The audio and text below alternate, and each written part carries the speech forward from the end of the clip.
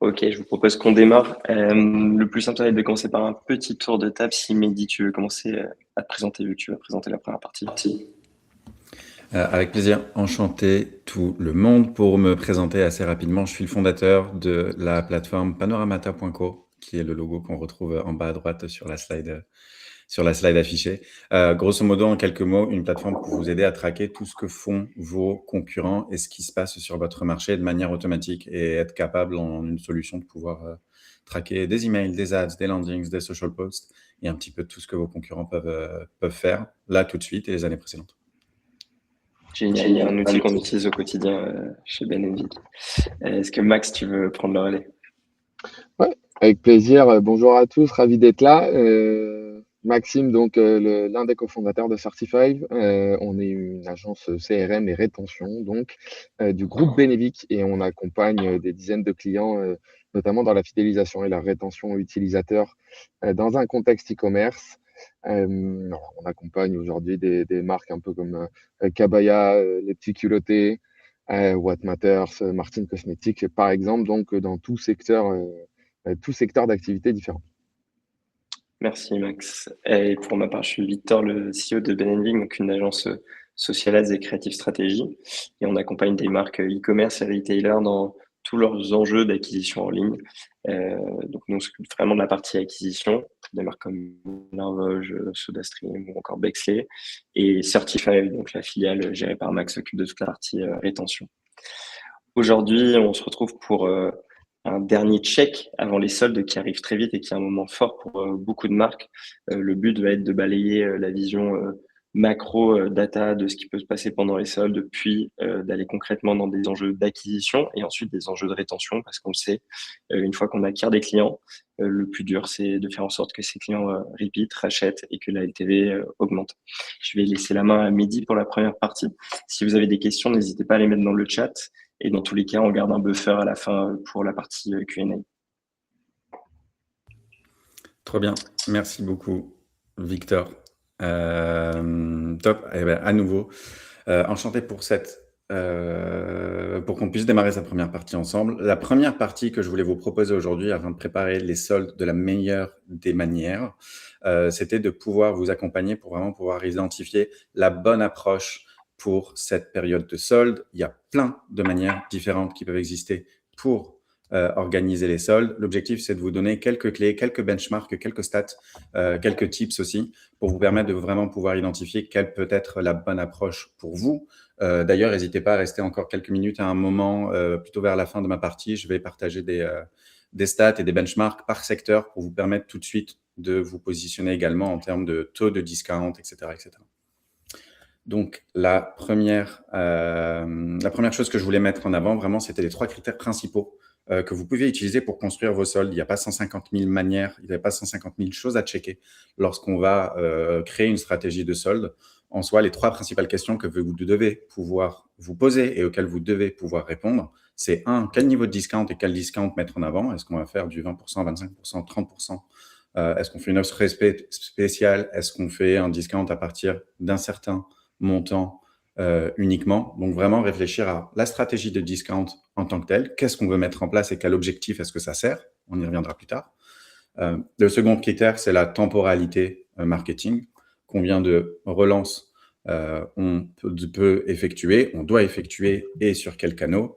Ça va être notamment là où je vais laisser et Victor et Maxime vous parler plus en détail à la fois des emails et à la fois des ads, les objectifs de ça sert et comment est-ce que quelle est la meilleure manière pour l'effectuer. Et le dernier grand critère, la dernière chose à vraiment garder en tête, c'est quelle offre est-ce que vous voulez mettre en avant. Les soldes d'été, c'est pas les soldes d'hiver. Les soldes d'été, c'est pas n'importe quelle promotion. C'est quel produit est-ce que vous souhaitez mettre en avant, quelle gamme, comment les mettre en avant et quel type de phrasing, quel type de communication vous voulez mettre en avant pour pouvoir événementialiser véritablement vos soldes d'été. Donc voilà, c'est les 3 critères qu'on va regarder ensemble. Il y a j'ai mis en place une checklist de 5 étapes. 5 étapes pour pouvoir véritablement créer la bonne approche pour vous, pour les soldes. Et donc du coup, la première étape qui pour moi est essentielle et qui très souvent est un petit peu passer à la trappe parce qu'on va directement sur ce qu'on doit faire cette année, c'est de vraiment regarder vos résultats précédents. Je ne peux pas compter le nombre de fois où, du coup, en revoyant des strates, on juste par défaut, dupliquer ce qui s'était passé l'année précédente et on refaisait la même chose en essayant d'améliorer un petit peu. Alors que vraiment, c'est essentiel de se poser sur les soldes de cette année et de regarder juste les soldes de l'année dernière. Où est-ce qu'on a organisé les soldes? Est-ce qu'on a fait des emails? Est-ce qu'on a fait des ads? Qu'est-ce qui a marché? Qu'est-ce qui n'a pas fonctionné? Et qu'est-ce qu'on a envie d'améliorer cette année? Parce que ça va nous permettre de pouvoir poser un objectif. Si jamais on a fait au hasard 50K l'année précédente sur les soldes, qu'est-ce qu'on fait cette année? Si on en a fait 500, qu'est-ce qu'on fait cette année? Donc, ça permet de poser un objectif, ce qui est essentiel pour pouvoir mesurer si derrière ça a fonctionné ou pas. Et ensuite, par canaux, ça permet de savoir également comment est-ce qu'on peut aller chercher une amélioration de nos résultats. Si jamais on a eu une moins bonne ou une meilleure performance sur les emails et sur les ads, en fait, ça nous permet de savoir ce sur quoi on doit doubler nos efforts et ce qu'on doit améliorer, ce qu'on doit pouvoir tester cette année. Si on n'a pas cette revue un petit peu des années précédentes, on va démarrer avec des datas en moins et on va savoir moins de choses. Donc vraiment, c'est la première des choses à... Ouais. J'allais dire, n'hésitez pas à réagir, Victor, Maxime, si vous avez des remarques. Non, mais c'est vrai, c'est un truc qu'on observe et on en parlera sur la partie acquisition, mais c'est très, très important et souvent oublié. Top. Et voilà. Merci. Et du coup, la seconde grande chose à faire, c'est d'aller identifier les best practices de vos concurrents. Pas juste pour le fait de savoir ce qui s'est passé, qui en soit peut-être sympathique, mais du coup, ça n'a pas de gros avantages immédiatement. L'objectif, il a deux niveaux. L'objectif, il est vraiment de savoir, ce que voient vos prospects. À quoi est-ce qu'ils sont, qu'est-ce qu'ils vont voir pendant cette période, quel type de promotion, quel niveau de promotion, à quelle fréquence est-ce qu'ils vont être activés également par les autres marques du marché et par vos concurrents. L'objectif, c'est de pouvoir se mettre dans la boîte mail du prospect, dans le feed social du prospect et d'imaginer en fait toutes les promotions auxquelles il est exposé. Et en allant regarder ce que font vos concurrents, ça va vous permettre tout de suite d'identifier potentiellement ce que vous avez raté les années précédentes ou de réajuster un niveau de promotion en fonction de ce qui se passe. En plus de ça, identifier les best practices de vos concurrents, on y reviendra un petit peu plus tard, mais ça vous permet aussi d'aller identifier assez vite ce qui fonctionne pour eux. Et s'il y a quelque chose qui fonctionne pour eux que vous n'avez jamais testé, ça vous donne tout de suite un levier d'amélioration que vous pouvez activer. Une fois qu'on fait déjà ces deux étapes, donc revoir nos résultats précédents et identifier les best practices des concurrents, on a vraiment déjà ces deux leviers qui vous permettent de vous donner un contexte pour les soldes de 2026, les soldes de cette année, ce que vous devez faire et potentiellement les choses à aller tester. Derrière, les trois principaux éléments, c'est vraiment sur la mécanique de solde en tant que telle. Donc, la première mécanique de solde, forcément, c'est la mécanique de discount. Est-ce qu'on va faire un discount pur? Est-ce qu'on va faire un discount à partir d'un certain montant? Est-ce qu'on va faire des démarques progressives au fur et à mesure? L'objectif, c'est vraiment d'être capable de penser votre offre non pas en vase clos, mais vraiment en fonction de l'objectif que vous avez posé. Donc, on revient au point 1 et du marché, et donc le point 2. Et donc, du coup, c'est pour ça que c'est important, avant même de décider de la mécanique de discount, de voir ce qui s'est passé les années précédentes et de regarder ce qui se passe sur le marché. Derrière, en fonction de votre objectif, vous pouvez avoir plein de mécaniques de discount différentes qui vont pouvoir exister. Si vous avez besoin de faire du volume, si vous avez besoin de convertir des clients pour la première fois, si vous avez besoin de faire revenir des clients existants, mais de faire augmenter leur panier moyen, chacun de ces objectifs, ça va appeler une mécanique de discount différent. Et donc, du coup, c'est important vraiment de se poser avant même que les soldes commencent en se disant, OK, quel discount est-ce que je pose et à qui est-ce que je les adresse? Une fois qu'on a posé les discounts qui nous intéressent le plus, l'objectif, ça va être vraiment de pouvoir garder du coup l'attention de votre audience au fur et à mesure. Ça suffit pas d'envoyer 1, 2, 3, 4 emails, envoyer quelques ads avec un discount posé dès le départ et de le garder en fait pendant toute la période des soldes. En soi, les soldes, on est plus sur une période de quasiment un marathon, pas vraiment un sprint. C'est pas simplement un flash deal qui va durer un week-end et puis c'est tout. Ça se prépare et c'est ce qu'on est en train de voir aujourd'hui. 2, même une fois qu'on est durant la période des soldes, il va falloir, entre guillemets, combattre avec tous les concurrents, que ce soit que des concurrents directs ou des concurrents indirects, mais vraiment être capable de garder l'attention de votre audience au fur et à mesure des soldes. Et pour cela, une des meilleures manières de le faire, c'est vraiment de pouvoir séquencer des nouveautés promotionnelles au fur et à mesure et de changer les taux de promotion. Ça vous permet de captiver l'attention et d'augmenter votre marge au fur et à mesure, parce que du coup, on va avoir souvent ce sujet de les prospects qui sont les plus à même de convertir vont en fait convertir en premier, potentiellement autant les convertir sur un discount qui est moindre que ceux qui sont plus difficiles à convertir, qui convertiront plutôt vers la fin. Et le dernier point sur votre séquence de solde, c'est vraiment d'être capable de segmenter pour pouvoir proposer la meilleure offre. Ça rejoint un petit peu ce qu'on a dit sur la mécanique de discount, à savoir que chaque discount va avoir un objectif qui va être précis. Et donc, du coup, de la même manière pour les soldes, vous pouvez très bien penser, et c'est ce que font un grand nombre de marques, on verra ça dans les stats et les benchmarks aussi, un discount qui est propre au canal email sur des gens qui vous connaissent déjà, un discount qui est propre sur un canal ads sur des clients qui potentiellement vont venir vous découvrir. On peut faire la même chose sur des différents personas, on peut faire la même chose sur votre typologie qui existe de clients. Et du coup, pour chaque segment, être capable de varier la formulation de votre offre, varier les soldes, ça va vous permettre à nouveau de venir convertir au mieux, d'avoir un meilleur taux de conversion pour chaque segment que vous allez adresser. Hyper intéressant. Et on va pouvoir détailler sur la partie acquisition, justement sur la segmentation. Si vous avez des questions, surtout, n'hésitez pas à les ajouter dans le chat pour que Mehdi puisse vous répondre. Et du coup, sur l'inspiration du marché, moi, c'est une des choses que je fais le plus et que je fais avec vraiment le plus de marques. Et donc, du coup, je voulais juste présenter, lorsqu'on regarde ce que font les concurrents, c'est important de pouvoir le faire de manière organisée et de pas juste aller regarder ce qu'ils font comme si on scrollait sur un réseau social. C'est important, lorsqu'on va regarder son paysage concurrentiel, de pouvoir clairement identifier qui sont, les concurrents directs et les concurrents indirects. Les concurrents directs, c'est ceux qui répondent à la problématique que vous adressez de la même manière que vous. Si jamais c'est, je vais prendre le marché de la wellness, et du coup, si jamais on est sur des compléments alimentaires qui sont des gummies pour de la vitalité, peu importe, et ben, du coup, c'est ceux qui font exactement ça. C'est ceux qui vont adresser la problématique que vous adressez avec exactement la même solution. Ça, c'est vos concurrents directs. C'est important de les regarder pour savoir les angles et les promotions qu'ils utilisent parce que ça va être votre concurrence immédiate. C'est important aussi de garder à l'œil les concurrents indirects qui vont être les concurrents qui vous permettent de savoir à quoi est-ce que votre audience sera exposée durant la période. Votre audience, parce que vos concurrents indirects, ce sont des concurrents qui n'ont pas forcément la même solution que vous, qui ne vont pas forcément avoir les mêmes produits que vous, mais par contre, ils vont parler exactement à la même audience, ils vont parler exactement aux mêmes personnes qui potentiellement vont avoir les mêmes problèmes. Et donc, du coup, si jamais on est au hasard sur le marché de la pet food, si jamais on a des marques de pet food versus des marques qui vendent des accessoires pour les animaux, on est sur des concurrents indirects parce que du coup, on va targeter exactement la même audience, même si on a deux choses différentes à vendre. Et donc, du coup, on n'est pas directement en concurrence. En fait, on va venir regarder ce que font ces marques également parce que ça impacte notre audience. Et enfin, le tout dernier point à cet endroit, vraiment, c'était de garder ce qui marche. C'est important de ne pas prendre tout ce que font vos concurrents et de s'arrêter là, mais plus de regarder ce qui revient au fur et à mesure. Si jamais on garde tout ce que fait un concurrent et qu'on copie tout ce que fait un concurrent, on est assuré de perdre parce qu'en fait, on va aussi répliquer des choses qui ne marchent pas pour eux. L'important, c'est de vraiment pouvoir identifier ce qui revient souvent dans leur stratégie au fur et à mesure de l'année, année après année. Et là, on est à peu près sûr que ce sont des choses qui fonctionnent. Une fois qu'on a identifié ça, on est en capacité de pouvoir se dire, tiens, ce serait peut-être intéressant pour nous de le faire également.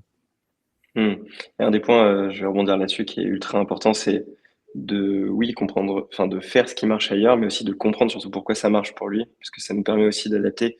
Nous, on l'observe énormément chez Benenvic sur la partie ads. Copier une créa, ça suffit pas, c'est plutôt essayer de comprendre. Et généralement, c'est quand on comprend, on se rend compte que quand on découpe, on parle pas vraiment au même persona, ou c'est pas exactement le même angle, etc. C'est ultra important de le comprendre avant de le répliquer. 100% aligné. Et donc voilà, pour finir un peu sur la bonne séquence à créer aujourd'hui, une fois qu'on a vraiment fait ce travail de regarder ce qui s'est passé, regarder ce que font les concurrents et avoir construit notre offre, ce qui est la checklist que vous avez au début, à la fois en termes de préparation, puis en termes également d'opération. Et donc du coup, on va voir ensuite en ads et en emails, les best practices à avoir pour les soldes d'été. Je voulais vous proposer quelques benchmarks pour pouvoir vous positionner. Des benchmarks qui sont créés spécifiquement pour la France et spécifiquement sur la période des soldes d'été, qui vous permettent tout de suite de voir les différents taux promotionnels que nous, on vient observer dans chacun des marchés. Donc, vous voyez qu'en skincare, par exemple, on est à moins 25% en moyenne proposé pendant les soldes d'été versus la fashion, où on est sur du moins 50%. Alors là, on vient faire la moyenne des taux qui sont mis en avant dans chacun des canaux à chaque fois. Et à nouveau, vous pouvez voir tout de suite la différence des taux promotionnels qui sont affichés à la fois en emails et en ads, et que pour certains secteurs, en fonction des problématiques qu'on va avoir de repeat dans chacun de ces secteurs, de temps en temps, c'est le taux promotionnel en emails versus le taux promotionnel en ads qui va être plus compliqué. Typiquement, la home, c'est d'abord un problème d'acquisition, donc en fait, c'est en ads qu'on va venir plus le travailler. Là où le health and wellness, on a un vrai sujet de répétition. Donc, du coup, ça vous permet tout de suite, lorsque si vous avez déjà prévu votre taux promotionnel pour ces soldes d'été, de pouvoir vous positionner. Et deux, c'est sur la progression de la stratégie promotionnelle, ce qu'on disait, à savoir pouvoir séquencer un petit peu et de pouvoir augmenter vos taux de promotionnels affichés au fur et à mesure. Vous voyez que une bonne partie de vos concurrents le font déjà, notamment en fashion et en home, un petit peu moins en health and wellness, mais c'est une pratique qui rentre de plus en plus dans les mœurs, entre guillemets. Chez nous, c'est quelque chose que la fashion fait pas mal avec les démarques additionnelles au fur et à mesure, mais online, c'est quelque chose qui se présente de plus en plus. Et qu'on observe aussi sur d'autres temps forts de plus en plus aussi de notre côté sur les augmentations progressives des promotions. Merci beaucoup, Mehdi, pour cette partie. On va se concentrer maintenant sur une partie d'acquisition et on aura l'occasion de reparler à la fin s'il y a des questions sur Panoramata et son utilisation. Comme tu l'as dit en préambule, l'acquisition, c'est le nerf de la guerre pour certaines marques, et beaucoup de marques qu'on accompagne. On a souvent tendance à penser que pendant les soldes, c'est la guerre du prix, mais c'est pas que la guerre du prix, c'est aussi la guerre de l'attention. La guerre de l'attention, ça veut dire que il faut pas qu'on montre uniquement des promotions à notre audience, mais il faut aussi qu'on aille chercher des audiences qui nous découvrent et qui ont un cycle d'achat beaucoup plus court parce que le trigger promotionnel est là. Et on peut avoir vite tendance à s'arrêter sur uniquement de la promotion, sauf que la promo, elle va s'adresser à des gens qui veulent déjà acheter, ou en tout cas qui sont déjà très loin dans un cycle. Et à l'inverse, la créa, elle est là pour aller trouver des nouvelles personnes qui, pour le moment, n'avaient pas envisagé d'acheter chez nous et où le trigger promotionnel va les aider à passer à l'achat. Chez BNVic, on bosse avec les niveaux de conscience de Schwartz. Donc là, vous en avez les 3 principaux, mais pour rappel, c'est les Unaware, Problem Aware, Solution Aware, Product Aware, Most Aware. Donc c'est des niveaux d'awareness de la personne qui connaît le moins à celle qui connaît le plus votre produit et votre marque. Pourquoi est-ce qu'on parle de niveau d'awareness pendant une période de solde, là où on pense qu'il faut absolument faire que de la promo et ça, on le met de côté, on s'en fiche. C'est que c'est important de conserver le message dans notre stratégie promotionnelle. Parce qu'une personne qui est unaware, elle ne sait pas qu'elle a un problème, mais si on lui fait découvrir le fait qu'elle a un problème et qu'on l'éduque très très vite et que le trigger promotionnel est assez important, on peut acquérir un nouveau client qu'on n'aurait pas envisagé acquérir. C'est la même chose sur les problèmes et les solution aware. Pour rappel, le problem aware, c'est la personne qui connaît le problème mais pas la solution, et le solution aware, c'est la personne qui compare les différentes options. Si on s'arrête que à du solution aware ou même des most aware, donc l'étape d'après, en réalité, on va adresser que 10 à, on a mis 20%, mais c'est même un peu moins, 18% du marché total de ce qu'on pourrait adresser. Donc c'est très important de garder en tête dans notre notion de promotion la notion d'awareness et d'éducation. Pour nous, on a 5 leviers. On va parler beaucoup créa parce que on fait un focus social ads, parce qu'on est les intentionnistes vont bien nous chercher sur Google. Là, on va vraiment se concentrer sur la partie vraiment sociale.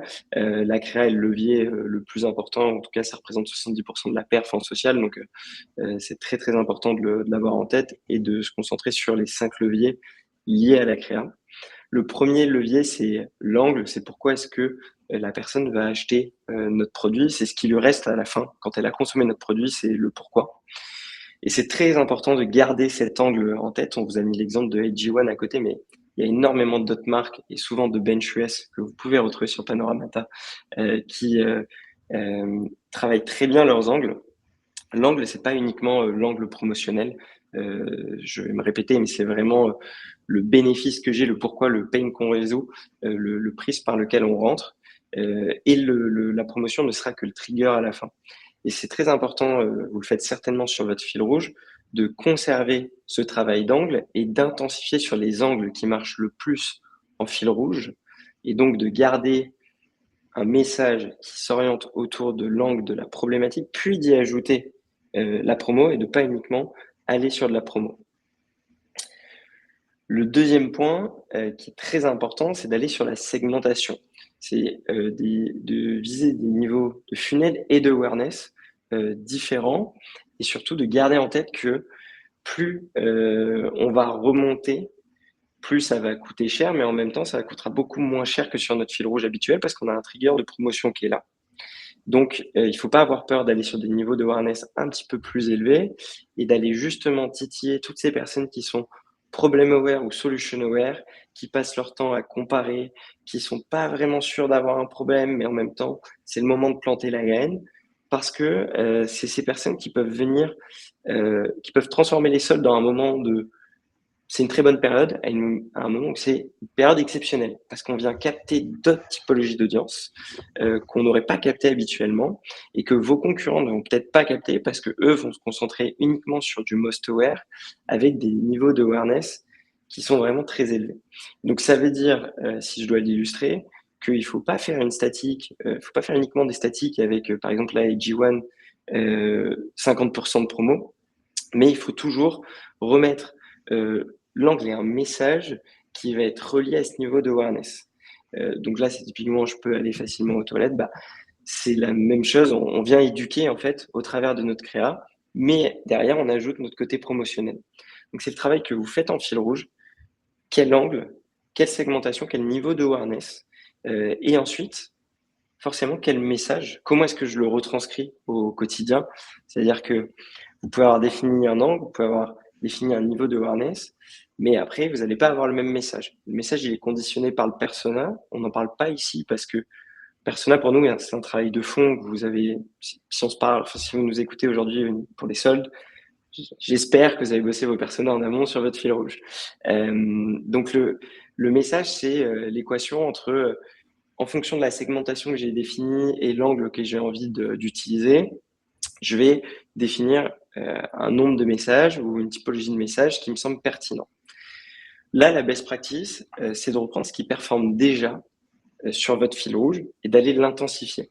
La différence avec une période normative et une période qui n'est pas normative comme les soldes, c'est que on va pas s'amuser à tester des choses quand bien même, comme l'a dit Mehdi, on est sur un marathon, on n'est pas sur une promo flash de 3 jours où là vraiment c'est vraiment de la promo pure et dure. On est quand même sur un temps long de 3 à 4 semaines. Donc, on pourrait avoir tendance à se dire qu'on va tester des messages.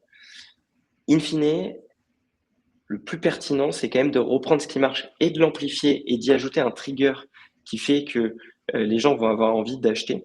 Le trigger, c'est la promotion, mais c'est également la rareté. Donc, c'est le quatrième point. C'est le fait de parler de vos stocks. Tu as donné l'exemple du mobilier tout à l'heure sur les taux promotionnels. C'est aussi un super exemple en termes de scarcity ou de FOMO. Ils mettent vachement en avant les stocks, les délais de livraison aussi. Si je le commande aujourd'hui, je le recevrai dans 10 jours. Si je le commande dans une semaine, je le recevrai peut-être dans un mois et demi parce que X ou Y raison. Le but, c'est que ça soit des urgences honnêtes, réelles, parce que sinon les gens s'en rendent compte. Parce que, comme on le disait, on est quand même sur un temps de 3-4 semaines. Si je reviens 3-4 fois sur le site dans ma réflexion et qu'en fait, à chaque fois, c'est le même scarcity avec un compteur qui se remet à zéro, ça marche plus. Donc, il faut rester honnête, mais il ne faut pas hésiter à appuyer sur la rareté. Donc, avoir un angle bien défini, qui est lié à une segmentation avec des messages qui fonctionnaient en fil rouge, qui nous ont montré des signaux positifs, ajouter une notion de rareté et de promotion. Et le dernier point, qui est un petit peu plus micro, qui est le cadeau contre achat. Je pense que peut-être Maxime, tu pourras en parler après, mais beaucoup d'acteurs vont pousser de la promotion en disant moins 30%, moins 50%, c'est ce que Mehdi a remonté sur le bench. Mais une des façons d'arriver à faire de l'acquisition de nouveaux clients et sans dégrader les cohortes, donc ça c'est pour la partie rétention, c'est d'avoir une valeur perçue élevée, et le fait d'ajouter un grand moins 50% peut drastiquement diminuer la valeur perçue pour le consommateur. Et donc le consommateur s'inscrit dans une démarche où en fait il va penser que le produit vaut toujours moins 50%.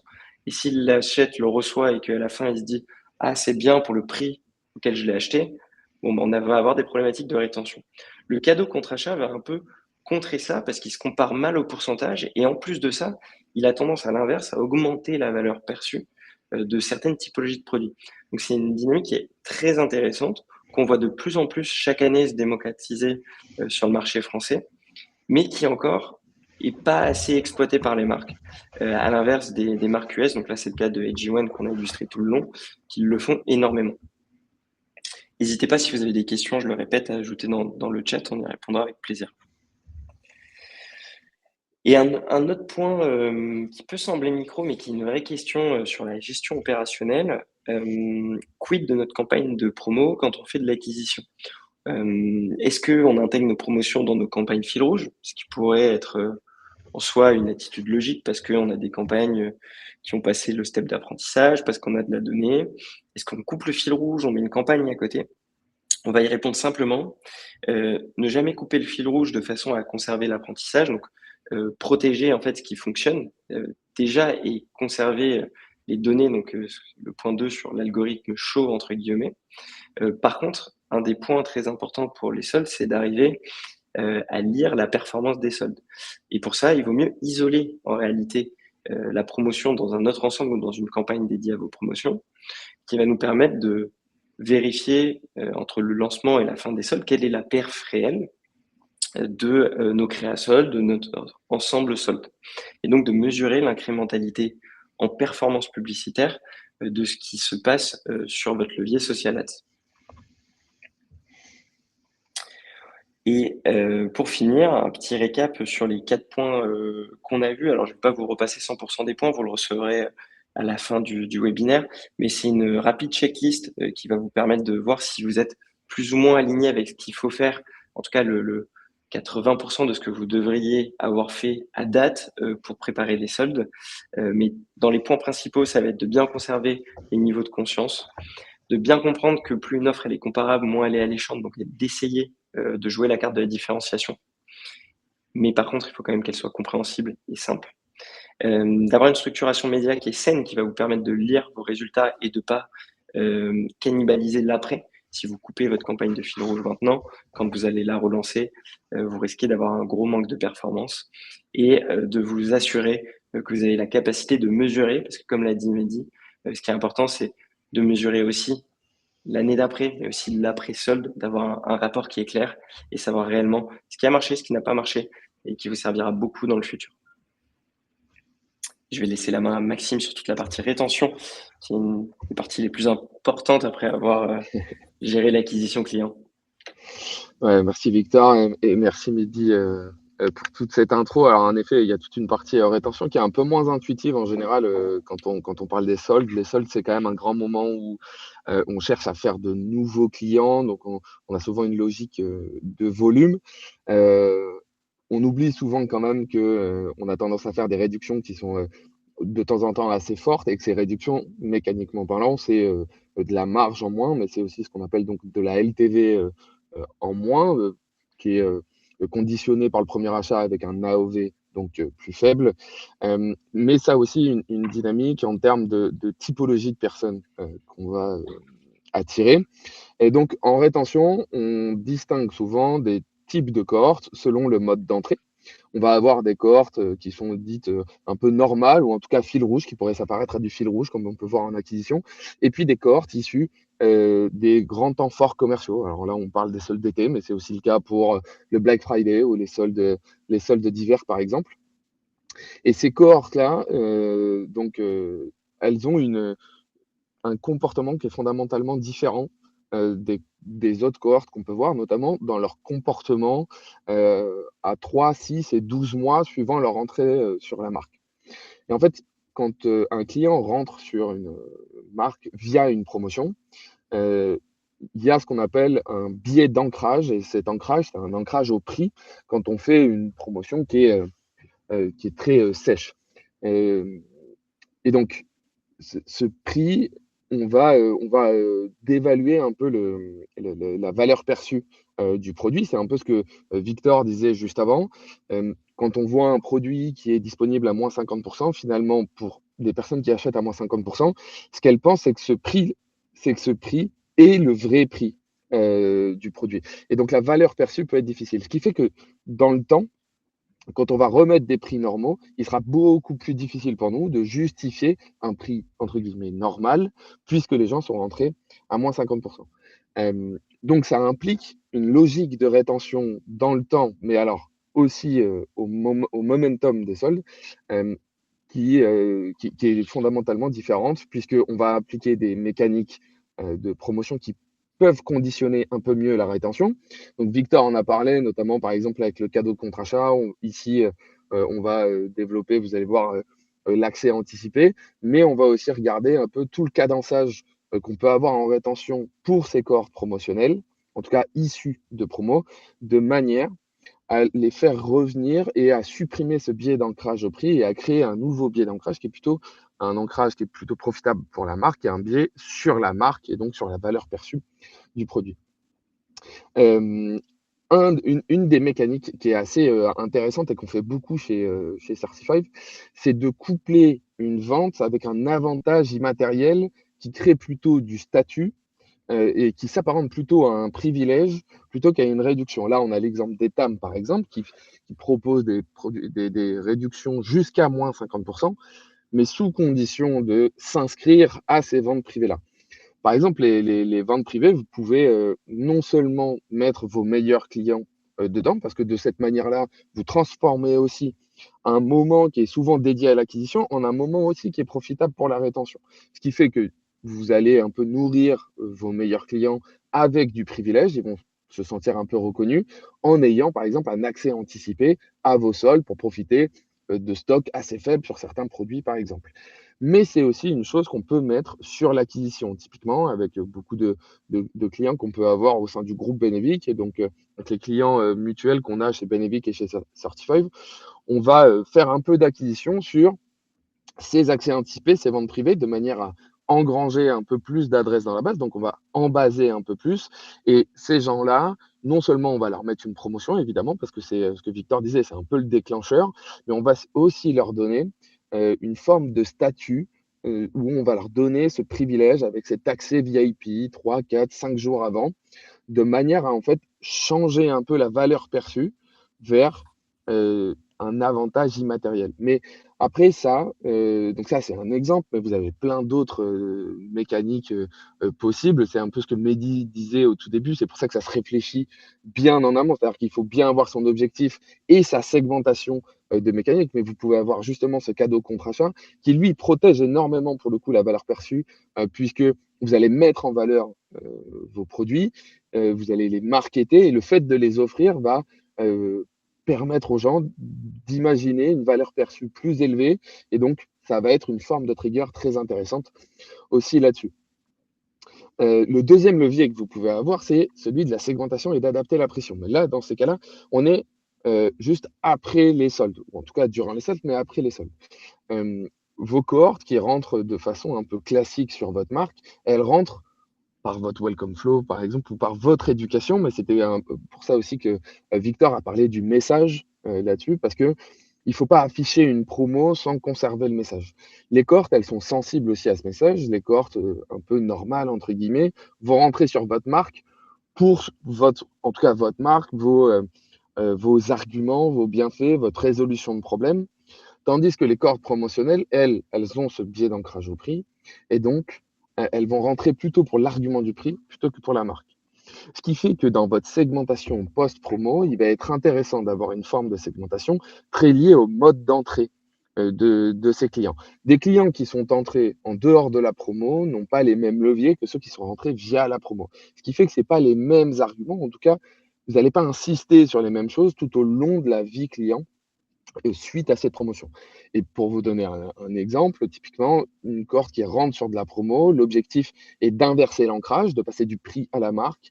Et donc, on va avoir un gros travail d'éducation, marque, d'éducation scientifique, par exemple, ce genre de choses qui vont permettre de justifier le produit normal, le prix, pardon, normal du produit, euh, inversement à l'ancrage du prix au tout début. Euh, on voit qu'un repeat, pour vous donner un peu quelques chiffres, ce qu'on voit en moyenne, c'est que les cohortes qui sont issues des promotions ont une LTV 15% moins élevée à 12 mois que celles qui ne sont pas rentrées par les promos. Ce qui veut dire que la seule manière de compenser cette réduction est de faire plus de volume pour créer de la croissance, puisque en faisant de la promotion, vous dégradez votre marge là-dessus. Et le repeat purchase, normalement, il est de 30% en moyenne en e-commerce. Alors évidemment, ça diffère selon les secteurs. Sur des faibles repeats, on est plutôt entre 10 et 20%, avec une fréquence qui est très plafonnée du fait d'avoir des paniers qui sont extrêmement élevés. Mais si on prend par exemple l'exemple qu'avait donné Mehdi au tout début, notamment sur l'ameublement à la maison, on remarque que ces cohortes-là, dans le temps, avec un faible repeat, ont une LTV très très faible à 12 mois comparé aux autres cohortes qui ne sont pas rentrées sur du prix, sur un argument prix, puisque l'AOV est nécessairement très élevé et donc la LTV très conditionnée par l'AOV du premier achat. Donc, il faut adapter non seulement notre pression, mais il faut aussi segmenter et personnaliser selon ce que les personnes ont acheté. Donc, on va segmenter que ce soit par la promotion, on va segmenter par la typologie de produit. Quelqu'un qui est rentré par un bundle peut avoir un comportement différent de quelqu'un qui est rentré par un produit unique. Si on parle de consommables, ça veut dire, si on prend les compléments alimentaires, par exemple, quelqu'un qui rentre sur un bundle versus un produit unique, on va nécessairement avoir un timing de réachat qui va être différent. Et ça, c'est important dans ce cas-là d'utiliser ce timing à bon escient, de déclencher vos actions au bon moment euh, et de les éduquer sur ce laps de temps de façon à engendrer ce réachat qui va souvent manquer sur ces cohortes de prix. Et on en vient un peu ce troisième levier qui est ces séquences post-achat et fidélité. Alors, on vous a mis ici un petit exemple avec cet onboarding J0, J30. C'est important dans cet onboarding un peu de post-achat ou le post-purchase finalement, parce qu'on remarque que dans les 30 à 60 jours suivant le premier achat, c'est ici que les taux de rétention sont les plus élevés. Donc, c'est ici que vous devez faire aussi, vous, l'effort de beaucoup éduquer, de beaucoup remettre le prix et la marque, enfin, de descendre l'impact du prix dans l'esprit des gens et de remettre la marque au premier plan, que ce soit d'un point de vue scientifique, branding, etc., pour réengendrer du réachat. Vous avez quand même ce flot de réachat et de replenishment qui est important, notamment dans le consommable. Alors là, je pense beaucoup au skincare, par exemple, au maquillage, aux compléments alimentaires, aux gummies, etc., qui sont souvent des flots qu'on va mettre en place et qui fonctionnent très bien. On va avoir des win-back à J90, qui est souvent, en fait, 90 jours suivant l'achat. C'est souvent le premier step après lequel on voit que le taux de rétention descend. Donc, vous avez vos 90 jours ici suite à l'achat, où il faut absolument que vos flows de post-purchase soient bien paramétrés au moment où vous faites les soldes, de façon à ce que tout le monde rentre dans un parcours qui est déjà bien paramétré pour ces cohortes-là. Et puis évidemment, vous avez toute la partie fidélité et parrainage qui peut, donc vous pouvez avoir des outils pour ça, mais toutes vos mécaniques aussi de solde peuvent aider à générer plus de fidélité. On l'a vu avec les accès anticipés, par exemple. Et le parrainage est une forme très intéressante aussi d'acquisition à moindre coût dans le e-commerce. Petit point rapide aussi sur les leviers, vous avez l'email, le SMS et le WhatsApp. Tous ont des rôles assez différents. L'email, ça va être ce qu'on appelle le rich content. Donc, vous allez pouvoir mettre beaucoup de contenu dedans. Ça va vous permettre de mettre en avant vos offres, de mettre en avant vos marques, de beaucoup éduquer vos personnes. Les SMS, c'est un canal évidemment très consulté. Donc, ça va vous permettre de générer de l'urgence, ce fameux FOMO à utiliser sous forme de relance ou de last call notamment dans vos OP. Et puis WhatsApp qui est plutôt le conversationnel, le one-to-one, ce côté interactif, dynamique, qui va vous permettre le réachat, de lever les freins à l'achat aussi et d'anticiper les churns potentiels de vos clients. Donc, prenez bien en compte tous les rôles en fait de vos canaux. Et dernier petit point, évidemment, c'est cette checklist qu'on vous a.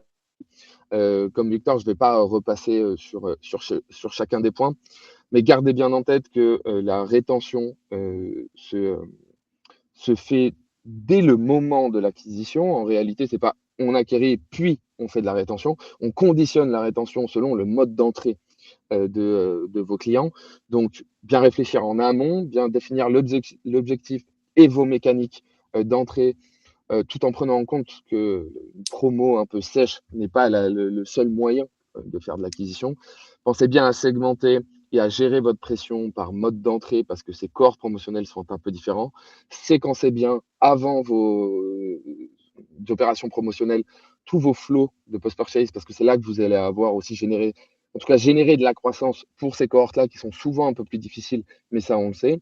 Et puis, quelques KPI de pilotage qui peuvent vous permettre de voir si vos actions fonctionnent, notamment des taux de rétention à M1 et à M3 par cohorte, une LTV que vous devez comparer évidemment selon le type d'entrée à vos précédentes cohortes. Et puis, regardez évidemment votre LTV sur CAC, qui est votre indice de rentabilité, qui va vous donner rapidement un indicateur si vous êtes en tout cas, si vous êtes profitable ou non. Voilà pour la partie rétention. Je crois qu'on a fait, on est passé après à peu près sur tous les points. Juste le petit mot de la fin pour ma part, c'est gardez bien en tête que les soldes, c'est évidemment juin-juillet, mais que ces cohortes-là vous rapporteront beaucoup plus de chiffre d'affaires si vous travaillez bien après ces soldes. Merci beaucoup, Max. Il nous reste 2 minutes avant la fin de l'heure qu'on avait fixée. Est-ce qu'il y aurait des questions dans toutes les personnes qui nous écoutent?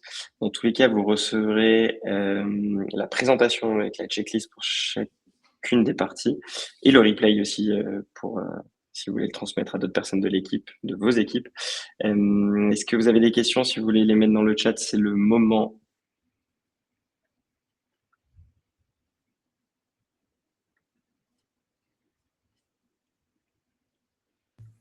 Et s'il n'y a pas de questions ou en attendant de récupérer les questions, moi, ça me permet de réagir aussi à ce que vous avez fait, Victor et Max, parce que du coup, je passais en premier, du coup, je le revois. C'était hyper intéressant de voir et sur les accès VIP et le Gift with Purchase, qui étaient vraiment deux approches hyper fortes à la fois, et en ads et en email, qui sont deux approches qui permettent un peu de se démarquer de soldes basiques, d'un côté, du coup, de pouvoir un peu sortir du lot, et deux, de vraiment pouvoir événementialiser un petit peu les soldes, ce qui fait que effectivement, du coup, un gift with purchase, ça peut intervenir à la toute fin ou au milieu pour redonner un boost d'intérêt. Pareil sur les accès VIP où en fait, on peut de manière assez naturelle le faire juste les tout premiers jours pour ce segment-ci. Et du coup, ça permet vraiment de penser les soldes comme un tout et sur toute la période, ce qui est la meilleure manière de se préparer pour le 24 jours. Évidemment bien. Carrément. Je pense qu'on a fait le tour, il n'y a pas de questions. Merci beaucoup Stéphanie d'être venue. Parfait, vous allez tous recevoir donc la présentation, le replay. Si vous avez des questions, bien sûr, n'hésitez pas à écrire directement à Mehdi ou à moi sur LinkedIn ou à Maxime sur LinkedIn. Et vous pouvez aller sur nos sites respectifs, Certified, Benedict ou Panoramata. Merci beaucoup à tous. Merci beaucoup. À très vite.